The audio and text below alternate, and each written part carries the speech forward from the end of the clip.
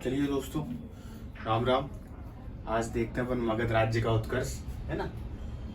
मगध राज्य का उत्कर्ष क्रमशः 16 महाजनपदों के बारे में अपन चर्चा करेंगे। क्या क्या 16 महाजनपद थे। देखिए, उत्तर वैदिक काल में जो जनपद हैं अब वो कहीं ना कहीं महाजनपद बनने की तैयारी में है, क्योंकि क्षेत्र बड़ा, कृषि बृहद रूप से हो रही है, लोहे के आविष्कार ने क्रांति कर दी, जंगल जो थे वो काटे जा रहे हैं। इस चक्कर में जो जनपद थे और महाजनपद में परिवर्तित हो गए। इसके अलावा वहां पे राजनीतिक जो गतिविधियां हैं वो भी प्रारंभ होंगी। अब जो राजा हैं वो ज्यादा शक्तिशाली हो गए हैं, कुछ राजा हैं, कुछ गणतंत्र हैं। तो इस प्रकार हम देखते हैं जैन धर्म जो है अंगुत्तर निकाय, याद रखना अंगुत्तर निकाय। तो इससे हमें जानकारी मिलती है कि कहीं ना कहीं 6वीं शताब्दी से पूर्व में 16 महाजनपद थे जो कि इस तरीके से थे। इनकी अगर पूरी व्यवस्था देखी जाए तो ये बीच वाले क्षेत्र में इस तरफ पे ज्यादा है। दक्षिण भारत में सिर्फ एक है जिसका नाम था अस्मक। अपन क्रमशः सभी को देखते हैं। सबसे पहले आता है कंबोज। ये हजारा वाला क्षेत्र जो कश्मीर है, कश्मीर के आसपास, इसकी जो राजधानी थी वो थी हाटक। दूसरा है गंधार। गंधार का नाम आपने सुना होगा। इसकी राजधानी थी तक्षशिला। इस तक्षशिला के बारे में आपको बता दूं, ये सबसे पुराना जो है स्कूल हुआ करता था। सबसे पुराना जो विद्यालय था वो तक्षशिला ही है। लगभग 300 BC मतलब 300 ईसा पूर्व के आसपास, और इससे पुराना भी। तो ये गंधार है। गंधार का ये एक राजा आएगा अम्बी, जिसकी कहीं ना कहीं एक लड़ाई होगी सिकंदर के साथ में। प्रथम सिकंदर जो भारत में युद्ध करेगा, प्रथम जो लड़ाई होगी वो अम्बी के साथ में होगी, और द्वितीय जो और ज्यादा लड़ाई होती है वो पोरस के साथ होती है। नाम सुना होगा आपने। तो एक गंधार था। इसी प्रकार कुरु था। कुरु की राजधानी इंद्रप्रस्थ थी। इसको हम आधुनिक दिल्ली मेरठ के आसपास का क्षेत्र कहते हैं। मत्स्य जो था वो विराटनगर, इसकी विराटनगर राजधानी थी। मत्स्य राजस्थान में था। इसी प्रकार मगध की बात करते हैं तो इसकी राजधानी क्रमशः पहले ग्रीवरज और राजगृह थी। मगध की जब हम बात करते हैं तो अपन देखेंगे बिहार से हल्का सा नीचे वाला क्षेत्र है, बिहार में ही उससे नीचे का क्षेत्र। इसकी राजधानी थी ग्रीवरज और राजगृह। बाद में इसकी राजधानी पाटलिपुत्र बनी, है ना। तो अपन इसमें देखेंगे मगध के बाद में कि किसने इसकी राजधानी बनाया, कैसा क्या हुआ। एक बात याद रखना, इन पूरे 16 महाजनपदों में मगध ही वो केंद्र हुआ जहां पे राजनीतिक धार्मिक गतिविधियां हुई। और मगध कहीं ना कहीं अगर देखा जाए तो हर्यक वंश और उसके आगे तक भी यही राजधानी का केंद्र भी रहा। इसके अलावा चेदी जो बुंदेलखंड वाला क्षेत्र, इसकी राजधानी शक्तिमती थी। अंग की राजधानी चंपा थी, है ना। अंग जो है मगध के बगल में ही है। वैशाली की राजधानी बज्जी थी, है ना। इसी प्रकार श्रावस्ती जो है वो कौशल की राजधानी हुई। अवंती उज्जैन की राजधानी थी। उज्जैन का एक और नाम आता है अवंती के अलावा यहाँ की राजधानी माहिष्मती भी रही है। माहिष्मती नाम सुना होगा अगर आप लोगों ने मूवी देखी हो बाहुबली। तो बाहुबली में वो जितना भी उनका क्षेत्र है वो माहिष्मती नाम से ही है। लेकिन बाकी और पूरी फिल्म में ये देखने को नहीं मिलता कि ये उज्जैन है, लेकिन उसमें जो नाम उन्होंने लिया है वो माहिष्मती ही नाम है। इसके अलावा देखा जाए तो दक्षिण भारत की अस्मक और पोटली थी। पांचाल की अहिछत्र थी। तो इस प्रकार 16 महाजनपद उस समय भारत में थे। इन 16 महाजनपदों में देखा जाए तो 4 महत्वपूर्ण थे जिनके पास सबसे ज्यादा शक्ति थी, जैसे मगध, वत्स, कौशल और अवंती। और इस मगध का जो संघर्ष है वो संघर्ष कहीं ना कहीं आसपास वालों के साथ में होता रहता था। वो संघर्ष कैसे होता था, कैसे आते थे, वो अपन देखते हैं। इसके अलावा देखा जाए तो ये जो गंगा घाटी है, देखिए ये जो नदी जा रही है ये है गंगा, ये है जमुना। यहाँ से जो मिलके गई है ये है सोन, क्योंकि सोन मिल जाती है, आपको पता है ना। यहाँ से जो नदी जा रही है वो है गंडक। ये जो स्थान है यही है पाटलिपुत्र।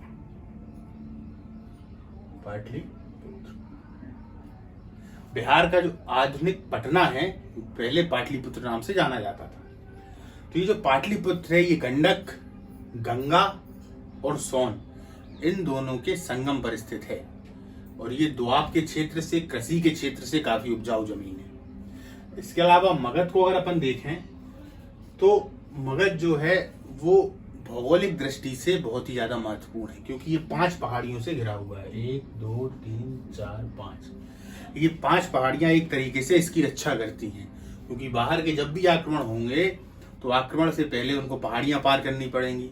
वो पहाड़ियां आराम से पार की नहीं जा सकती जब तक हमको उसको अच्छे से नॉलेज नहीं हो। तो इस तरीके से मगध जो है वो 5 पहाड़ियों से घिरा हुआ है, क्योंकि हम देखेंगे कहीं ना कहीं जो राजा आ रहे हैं वो इसी को सेंटर में बना रहे हैं, और इसी से पूरे भारत का इतिहास भी चालू होता है, अगर देखा जाए राजनीतिक हो चाहे धार्मिक दृष्टि से। ठीक, अब अपन देखते हैं मगध राज का उत्कर्ष। तो मगध राज्य का उत्कर्ष, देखिए मगध राज्य का एक पुराना नाम देखा जाए तो कीकट भी आता है। अथर्ववेद में सबसे पहले तो इसका उल्लेख जो है वो अथर्ववेद में हमको मिल जाता है, सबसे लास्ट का वेद है अथर्ववेद, वहां पे हमें इसका उल्लेख मिलता है। इसका एक पुराना नाम कीकट भी है। आधुनिक देखा जाए तो पटना और गया का जो पूरा क्षेत्र है वो मगध ही कहलाता है ना। इसके अलावा देखा जाए तो इसमें सबसे पुराना वंश बृहदत्त वंश था। बृहदत्त ने सबसे पुराने वंश की स्थापना की। उसके बाद उसका पुत्र जरासंध हुआ। जरासंध के समाप्त हो जाने के बाद हर्यक वंश आया।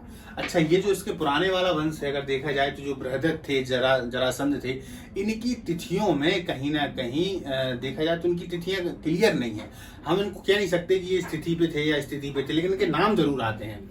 पुराणों में आ सकते हैं, सिंहल अनुश्रुतियों में आ सकते हैं, बौद्ध जैन ग्रंथों में आ सकते हैं इनके नाम, लेकिन तिथियां इनकी क्लियर नहीं है। इसलिए इस वाले में अगर देखा जाए तो अगर एक क्रम के रूप में देखें तो हर्यक वंश आता है। ठीक, तो हर्यक वंश के बारे में देखते हैं। हर्यक वंश 544 से 412 ईसा पूर्व तक चला। 544 से 412 ईसा तक। इसका जो प्रथम शासक था वो था बिंबिसार। याद रखना, बिंदुसार जो है, फिर मैं बता रहा हूँ, बार बार तो बोलता हूँ अपनी वीडियो में, जो बिंदुसार है वो मौर्य वंश से संबंधित है, ये बिंबिसार है। ठीक, तो बिंबिसार, इसने लगभग 52 वर्षों तक अपना जो है शासन किया, है ना। और हर्यक वंश में अगर देखा जाए तो इसका वास्तविक संस्थापक भी हम बिंबिसार को ही कहते हैं, क्योंकि बिंबिसार जो है वो एक विस्तारवादी शासक है, महत्वाकांक्षी शासक है, कूटनीतिज्ञ शासक है। इसने निश्चित रूप से अपने मगध का काफी विस्तार किया।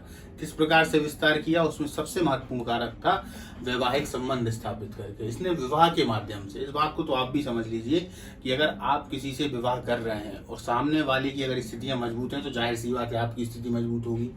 दूसरी बात, उस समय पे राजा लोग ऐसा किया करते थे क्योंकि जब उन्होंने अपनी लड़की उनको दे दी, ठीक, अब वो उनके यहाँ पे आक्रमण नहीं करेंगे।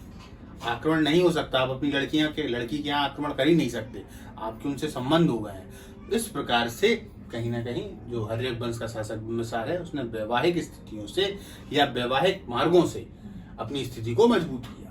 तो सबसे पहले देखा जाए तो उन्होंने क्या किया, कौशल नरेश प्रसेनजित की बहन महाकौशला से शादी करी, एक स्थिति मजबूत की। दूसरी, वैशाली के लिच्छवी की राजकुमारी चेलना से विवाह किया।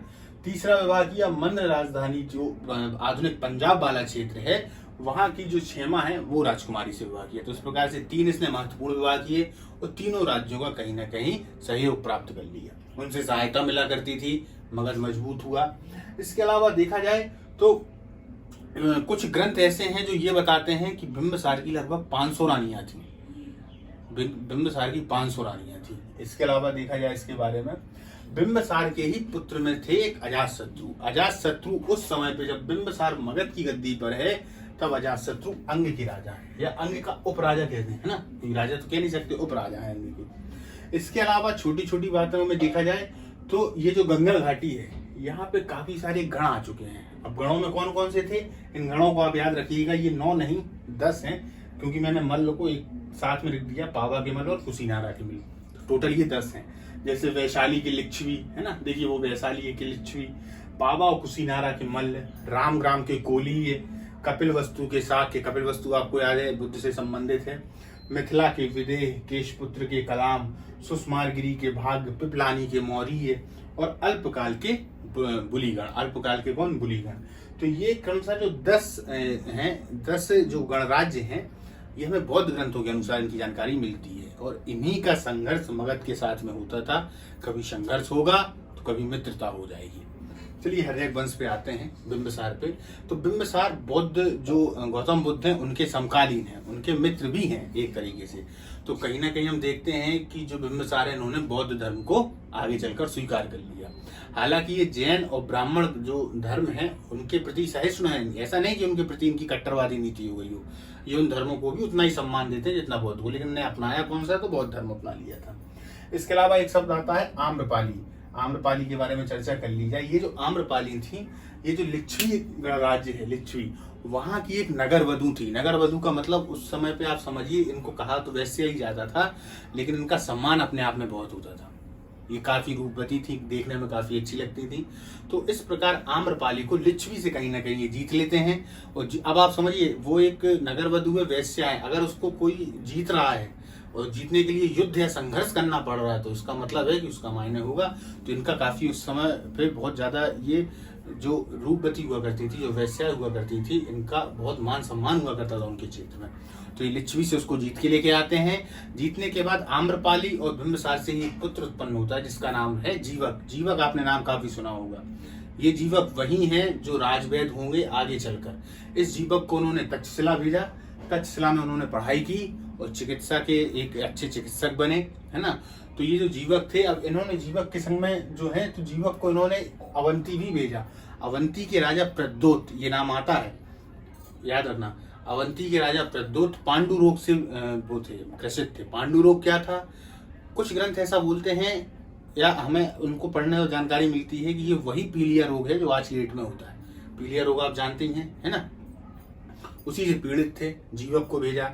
तो जीवक ने उनकी जो है सेवा भाव की और उनका जो उपचार अच्छे से कर दिया। इस प्रकार से अवंती कहीं ना कहीं मगध के लिए सहयोगी हो गया। तो अवंती को राज्य में इन्होंने अभी मिलाया नहीं है, लेकिन ये कहीं ना कहीं उनका सहयोगी, विरोध नहीं कर सकता अवंती।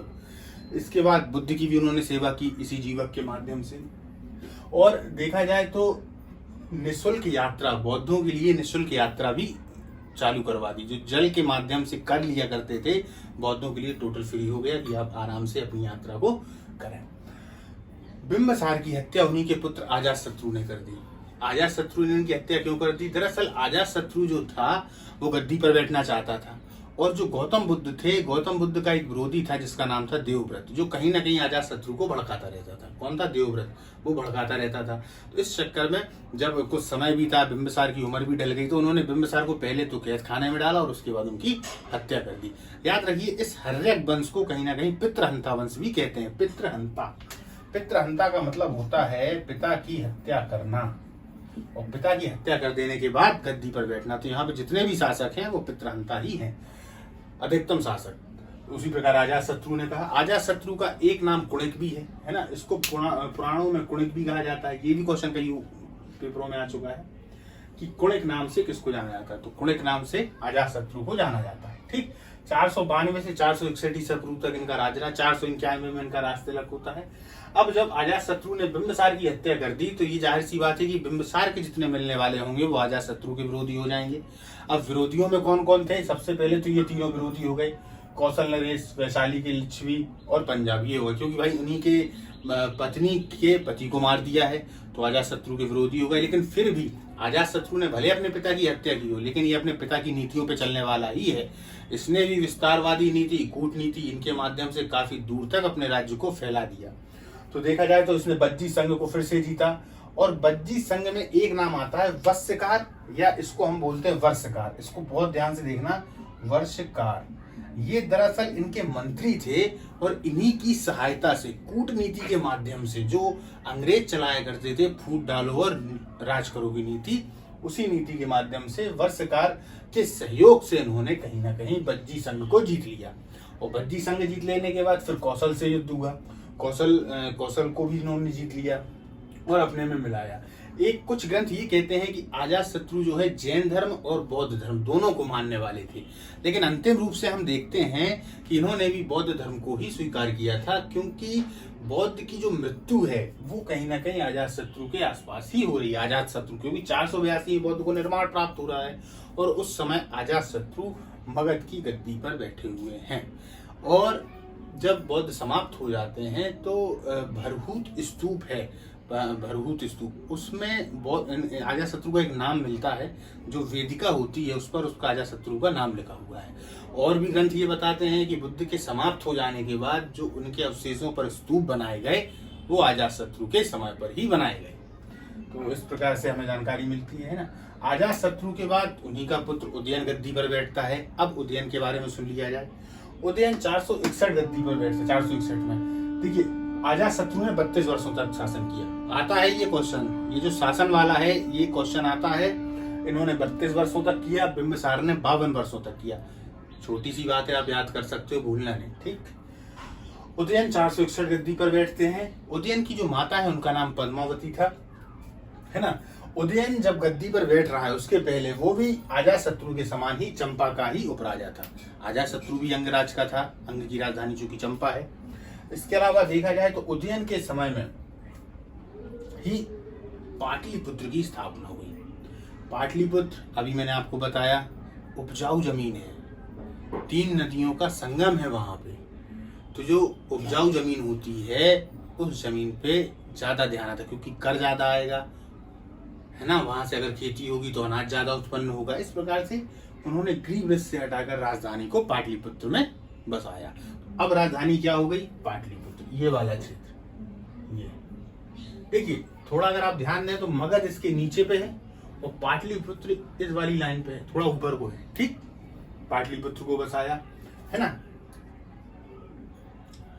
उदयन के बाद इनको देखा जाए तो उदयन की जो हत्या है वो कहीं ना कहीं नहीं, उदयन के बाद नागदशक गद्दी पर आते हैं और नागदशक की हत्या शिशुनाग कर देते हैं। ध्यान देना, नागदशक की हत्या शिशुनाग के द्वारा कर दी जाती है। और ये जो शिशुनाग थे ये कहीं ना कहीं नागदशक के अमात्य थे। अभी राजधानी पाटलिपुत्र है, इनके समय में राजधानी पाटलिपुत्र, क्योंकि उन्होंने पाटलिपुत्र नगर को ही बसाया और उसको अपनी राजधानी बनाया। तो इस प्रकार से अगर देखा जाए हर्यक वंश जो है समाप्त होता है। नागदशक अंतिम राजा थे, अयोग्य शासक थे, इनकी हत्या शिशुनाग ने कर दी और शिशुनाग ने एक नए राजवंश की स्थापना की जिसको हम शिशुनाग वंश कहते हैं। ये 412 से 344 ईसा पूर्व तक रहा। अब देखिए, शिशुनाग भी एक शक्तिशाली शासक है, पुराणों में इसके बहुत सारे नाम हैं और ये भी एक विस्तारवादी शासक है। इसने भी अपनी महत्वाकांक्षाओं के बल पर जो मगध है, मगध या पाटलिपुत्र पर गए, इसको बहुत दूर तक भी फैला दिया। अभी तक जिसको अवंती को अपने राज्य में नहीं मिलाया गया था और अवंती से जो कहीं ना कहीं एक इनके संबंध थे, वो संबंध ये अपना रहे थे कि लड़ाई भी ना की जाए और इनसे बात भी बन जाए, लेकिन शिशुनाग ने अवंती को भी अपने राज्य में मिला लिया। तो इस प्रकार से हम कह सकते हैं कि शिशुनाग भी एक पावरफुल आदमी है। तो इन्होंने अवंती को मिलाया लगभग 100 वर्षों के युद्ध के बाद। और इनके समय में एक और महत्वपूर्ण बात है कि इन्होंने पाटलिपुत्र के अलावा वैशाली को भी अपनी राजधानी बनाया। देखिए, ये है वैशाली, पाटलिपुत्र के अलावा वैशाली को भी राजधानी बनाया। यहाँ से भी क्वेश्चन आते हैं कि कौन से ऐसे शासक थे जिनके समय में राजधानी वैशाली रही? तो शिशुनाग। ध्यान देना, वैशाली,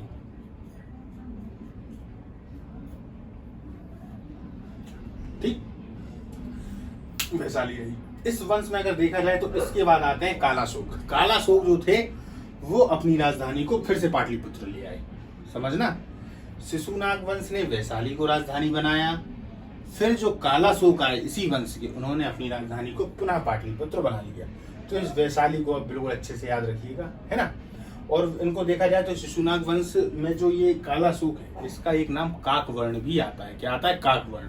बौद्धों की जो दूसरी संगति है वो कालाशोक के समय में ही वैशाली में हुई थी। आपने देखो, मैंने इसके पहले जो 4 संगतियां पढ़ाई वो इसी समय की, कालाशोक के समय में हुई थी। पहली अजातशत्रु के समय पे हुई थी, अजातशत्रु। और ये जो बौद्ध संगति हुई थी अजातशत्रु के समय में, वो हुई थी सप्तपर्णी गुफा में। कहा? सप्तपर्णी, सप्तपर्णी, ये सप्तपर्णी गुफा में हुई थी।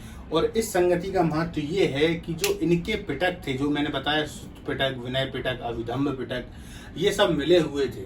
तो प्रथम संगति में सूत और विनय पिटक दोनों को ही अलग कर दिया गया था। दोनों की अपनी अपनी बातें अलग से हम समझ सकते हैं। इस प्रकार से पहली बौद्ध संगति सप्तपर्णी गुफा में हुई थी, दूसरी बौद्ध संगति कालाशोक के समय में वैशाली में हुई थी। ठीक, अब अपन आते हैं कालाशोक। अब इसके बाद एक राष्ट्र इसका शासक थे नंदीवर्धन। नंदीवर्धन विलासी किस्म के आदमी थे और नंदीवर्धन में पुराणों में ये कथा आती है कि पाटलिपुत्र के चक्कर लगाते समय, रात के समय या शाम के समय, महापद्मनंद ने इन पर चाकू से वार करके इनकी हत्या कर दी और एक नए वंश की स्थापना की जिसे हम नंद वंश के नाम से जानते हैं। तो उनका जो पहला शासक था वो था महापद्मनंद। महापद्मनंद के बारे में देख लिया जाए तो 344 से 312 ईसा पूर्व तक रहे। महापद्मनंदों को पुराणों में महाक्षत्रांतक कहा गया है, क्षत्रियों का विनाशक कहा गया है, एक राट कहा गया है। इनके काफी सारे नाम आते हैं। इसके अलावा महापद्मनंद को अगर देखा जाए तो ये इन्होंने अपनी जो जो जो सीमा है, कहीं ना कहीं ये अगर नीचे अगर देखें तो बिंद प्रदेश, बिंद से भी आगे तक अपनी सीमा को ले आए। यहाँ इन्होंने सोन नदी को भी पार किया, उज्जैन को अपने राज्य में मिलाया। उज्जैन चूंकि मिल ही चुका है पहले, उस पर डायरेक्ट हमने शासन किया, ऊपर तक भी ये गए। तो इस प्रकार से मगध जो देखा जाए तो महापद्मनंद के समय में बहुत ही अच्छा शासन हो गया वहां पे। मगध काफी दूर तक इसकी जो ख्याति थी वो पहुंच चुकी है। और इन्हीं के समय में, नंद वंश के समय में ही सिकंदर भारत पर आक्रमण करता है। सिकंदर भारत पे आक्रमण जब करता है तो जैसे मैंने बताया, गंधार की तक्षशिला पहले अम्बी से लड़ेगा, फिर उसके बाद राजा पोरस से उसका युद्ध होगा। तो 2 युद्ध जब उस समय पे भारत में वो आक्रमण कर रहा है तो यहाँ नंद वंशों का शासक है। तो नंद वंशों में देखा जाए तो पहले तो महापद्मनंद थे, है ना। महापद्मनंद ने निश्चित रूप से अपने मगध को एक सूत्र में बांधने की कोशिश की और उन कोशिशों में सफल भी रहा और काफी दूर तक उन्होंने देखा जाए तो अपने राज्य का विस्तार किया। इनके राज्य के विस्तार से कुछ बातें ये भी निकल के आती हैं कि जब इन्होंने यहाँ पर भी अधिकार कर लिया, थोड़ा आगे भी अधिकार कर लिया, लेकिन अभी आप ये मत समझना कि एक छत्र राज हो गया। अभी एक छत्र राज नहीं, वो मौर्य साम्राज्य की बात है। अभी इन्होंने फिर भी अन्य जो पुराने राजा हैं उनकी अपेक्षा इन्होंने अपने आप को ज्यादा बढ़ाया और व्यापार का मार्ग सुगम हो गया इस समय पे, क्योंकि जब यहाँ पे इनका शासन है, थोड़ा आगे पे शासन है, तो यहाँ से जो भारत की सीमा है जो दूसरे प्रदेशों में लग रही हैं, है ना, तो यहाँ से व्यापार इनका सुगम होता हुआ चला गया, फलस्वरूप समृद्धियां भी बढ़ी। इसके बाद नंद वंश का अंतिम शासक था धनानंद। एक बात और, जो पाणिनि है अष्टाध्यायी, वो पाणिनि जिन्होंने अष्टाध्यायी लिखी हुई है वो महापद्मनंद के मित्र थे, या कह सकते हैं महापद्मनंद के समकालीन थे। कौन? पाणिनि, जिन्होंने अष्टाध्यायी लिखी, वो अष्टाध्यायी जिन्होंने पाणिनि ने अष्टाध्यायी लिखी। ठीक। इसके अलावा आपने सुना होगा वर्ष, उपवर्ष, कात्यायन, ये भी इन्हीं के दरबार में रहा करते थे। कात्यायन का नाम सुना होगा, बताया था मैंने, जिन्होंने गार्गी संहिता लिखी हुई है, तो वो भी नंद वंश के ही समय में रहा करते थे। तो कात्यायन हो गए, पाणिनि हो गए, है ना। अब आते हैं धनानंद पे। तो भाई साहब, धनानंद तो ये अतरंगी आदमी था। धनानंद जो है विलासी आदमी, धन का बहुत ज्यादा लालची, अपनी अपनी बात को चलाने वाला, अपनी बात को मनवाने वाला, इस प्रकार का शासन। और अपन जानते हैं कि इस प्रकार के जो शासक हैं वो ज्यादा समय तक शासन नहीं कर पाते। धनानंद के समय में ही, जैसे मैंने बताया कि यहाँ पे सिकंदर का आक्रमण हो रहा है, तो सिकंदर के आक्रमण के समय एक ब्राह्मण चाणक्य, जिसका आपने नाम सुना होगा, विष्णुगुप्त या कौटिल्य, धनानंद के पास में जाते हैं और बोलते हैं कि महाराज जी, सीमाओं पे खतरा है और आपके राज्य को भी खतरा हो सकता है, बाहर से आक्रमण हो रहा है। लेकिन जो धनानंद है वो आदमी अलग है, अतरंगी टाइप का, उसने उनका अपमान भी कर दिया, शिखा पकड़ के बाहर कर दिया कि तुम मूर्ख ब्राह्मण, हमको समझाओगे कहाँ से आक्रमण हो रहा है, कहाँ से नहीं। तो इस प्रकार से कहीं ना कहीं चाणक्य ने एक संकल्प लिया कि मैं इनको मगध की गद्दी से बाहर कर दूंगा। और फिर जब जो चाणक्य हैं वो मगध में ही घूमते हुए इसी संकल्प को लेते हुए जब वो देख रहे हैं तो उन्हें वहां चंद्रगुप्त मिलता है और चंद्रगुप्त को अपने साथ में ले जाते हैं। बताते हैं कि 1000 काष्ठार्पण देकर उन्होंने चंद्रगुप्त को लिया और ले जाने के बाद तक्षशिला में यहाँ पे प्रशिक्षित किया, उसको उन्हें राजाओं के गुण दिए और फिर उसके बाद फिर मगध पे आक्रमण करवाया। और धनानंद वंश जो नंद वंश है वो समाप्त होता है और उसके बाद उसमें मौर्य वंश आ जाता है। हालांकि इनके बीच में ये सब जो बातें चल रही हैं, उत्तर और पश्चिम भारत में आक्रमण होना आरंभ हो चुके हैं। क्रमशः ईरानियों का आक्रमण होता है और यूनानियों का आक्रमण होता है, जिसको अपन नेक्स्ट वीडियो में देखेंगे आगे वाले में कि किस प्रकार ईरानी आ रहे हैं, किस प्रकार यूनानी भारत में आ रहे हैं, उस समय भारत की स्थिति क्या है। हालांकि स्थिति का तो आप अंदाजा लगा ही सकते हैं कि इस समय पे देखा जाए तो कहीं ना कहीं छोटे छोटे राजा तो हैं और छोटे छोटे गण हैं, लेकिन अभी एक स्थिति नहीं है। ये नहीं कह सकते कि यहाँ पे जो राजा बैठा है उसने सभी को एक सूत्र में बांध लिया हो तो बाहर वाला आदमी भी डरे, भैया यहाँ नहीं कर सकते आक्रमण। अभी ऐसी स्थिति नहीं है, आपस में ही लड़ रहे हैं। देखिए आप समझिए, मगध कौशल से लड़ गया, फिर वैशाली से लड़ गया, कुछ समय बाद अवंती वालों से दोस्ती हो गई, फिर अवंती से लड़ जाता है, पिता पुत्र की ही हत्या कर रहे हैं। तो इस प्रकार से ऐसा कुछ शासन यहाँ पे था। अब हम अगले वीडियो में देखेंगे यूनानियों का और ईरानियों का आक्रमण। उसके बाद आएगा फिर मौर्य साम्राज्य। फिर मौर्य साम्राज्य में चंद्रगुप्त मौर्य होंगे, जिनका शासन पूरा यहाँ से नीचे से लेके उत्तर भारत यहाँ तक सब जगह पर फैल जाएगा। ठीक है दोस्तों, अगर आपको इसमें कोई भी जानकारी ऐसी लगती है तो नीचे कमेंट बॉक्स में जरूर लिख दीजिएगा। ठीक, इसके बारे में जो भी आपको जानकारी